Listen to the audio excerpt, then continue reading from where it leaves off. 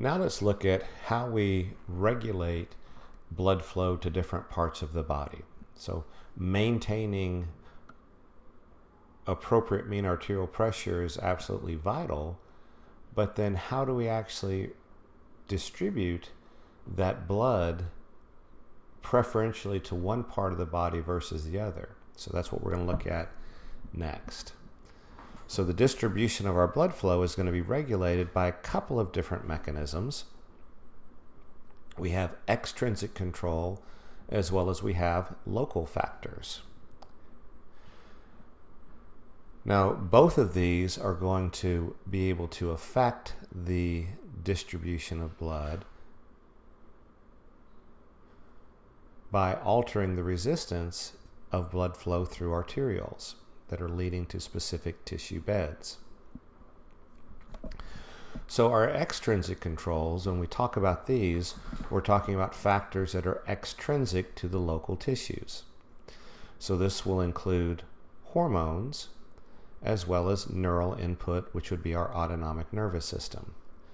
Now for the hormones, we haven't talked about these yet in class, but I'll list a few of these here just for completeness sake. These are some hormones that can have a direct effect on vascular smooth muscle and therefore affect distribution of blood flow. With regards to the autonomic nervous system, we're going to see that we can have sympathetics and parasympathetics. Now, sympathetics are going to be the primary division, which is going to regulate vessel diameter. Parasympathetics, although they do innervate vascular smooth muscle in a few regions of the body, which I've listed here, overall their effect is fairly limited with regards to distribution of blood flow. So with the sympathetic nervous system, our arterioles have alpha receptors, and these alpha receptors are going to result in contraction when they are stimulated. So stimulation of alpha receptors results in vasoconstriction. Vasoconstriction increases the resistance to blood flow. When we talk about local factors are going to be factors that are created by the tissues locally. And these local factors can have an effect on vascular smooth muscle and can have a dramatic impact on making sure that those tissue beds get the blood flow that they need. So when physiology is working normally, blood flow is always going to be matched to the changing metabolic needs of the tissues. Increased metabolism is going to result in increased production of substances as a result of these metabolic pathways. And those substances are going to be then released into the extracellular fluid. Some of these substances include adenosine, which is a breakdown of ATP, CO2, which is a byproduct of metabolic pathways. We'll often see hydrogen ions released as well, so we see an increase in hydrogen ions or a decrease in pH. Potassium levels increase and oxygen levels decrease. So each of these factors can have an impact on vascular smooth muscle. And these local factors are actually more important than the sympathetic input to the vascular smooth muscle. So these local factors, their effects override sympathetic activity of the vascular smooth muscle. A term, functional hyperemia, describes the increase in blood flow, and that's what hyperemia means. Emia refers to blood flow. Hyper means an increase. So when we have metabolically active tissues, we're going to see an increase in blood flow as a result of that increase in metabolic byproducts.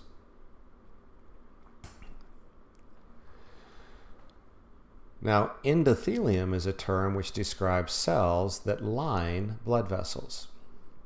So endothelium is a single layer of cells that line all the components of the cardiovascular system.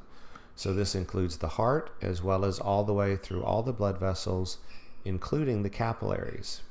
And we mentioned that capillaries are unique in that they only consist of this single layer of endothelium. A healthy endothelium is necessary to ensure proper blood flow, as well as to ensure cardiovascular health. Now, one of these substances that the healthy endothelium releases is nitric oxide. So, endothelial cells contain an enzyme called nitric oxide synthase. And nitric oxide synthase produces nitric oxide, and the nitric oxide that's produced diffuses to these nearby smooth muscle cells, so it's working as a paracrine agent, and it helps to regulate vascular tone. Nitric oxide works via a G protein linked receptor, and it results in the uptake of calcium into the smooth ER. That results in a decrease in cytosolic calcium, and as you recall, when calcium levels are decreased in smooth muscle, we have inactivation of the myosin because we have the myosin phosphatase dephosphorylating myosin, and that's what causes smooth muscle to relax. And when it's present in blood vessels, it would result in vasodilation.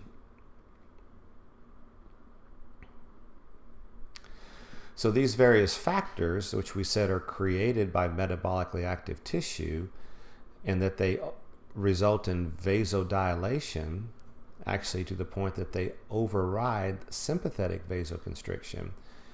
The thought is that each of these factors work by involving the activation of endothelial nitric oxide synthase. Now, another factor that we also know that can affect this endothelial nitric oxide synthase is related to blood flow through blood vessels. So as blood flow is flowing through vessels, it creates a frictional force, and this is called shear stress. So as this blood is flowing through, the shear stress increases, and increased shear stress increases the activity of nitric oxide synthase, therefore causes vasodilation. So this is something which kind of makes sense, where there's an increase in blood flow trying to get through these vessels. These vessels actually then are dilating because of the increase in nitric oxide which is produced.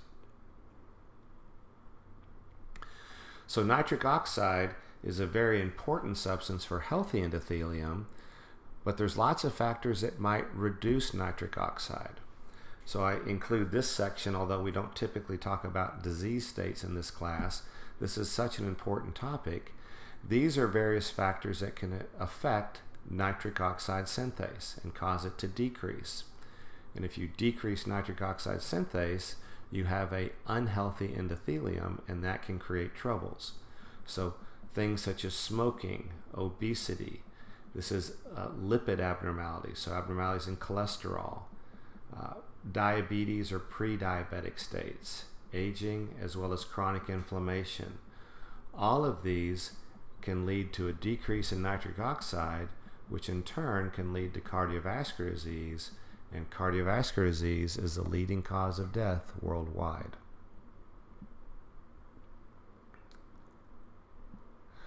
So we've seen a couple of different mechanisms that can control arteriolar size, and this is a slide that I put here to try and help us categorize which systems are most important. So extrinsic control, no question that primarily sympathetics affect arteriolar size. Okay? And we have also our hormonal input, but both of these are going to be impacting the arterioles, but their primary role is going to be involved in helping us maintain proper mean arterial pressure. The local control mechanisms, the factors that we mentioned, and many of them work through the nitric oxide pathway, these factors are primarily going to be involved in adjusting blood flow to meet the metabolic needs of tissues. So there's going to be some overlap here, but a good bifurcation. Our autonomic nervous system and our hormones, their primary effect on vasculature is to help us maintain the driving force, the mean arterial pressure, whereas it's going to be the local factors that play the primary role in making sure that individual tissue beds get the adequate blood flow they need to meet their metabolic needs.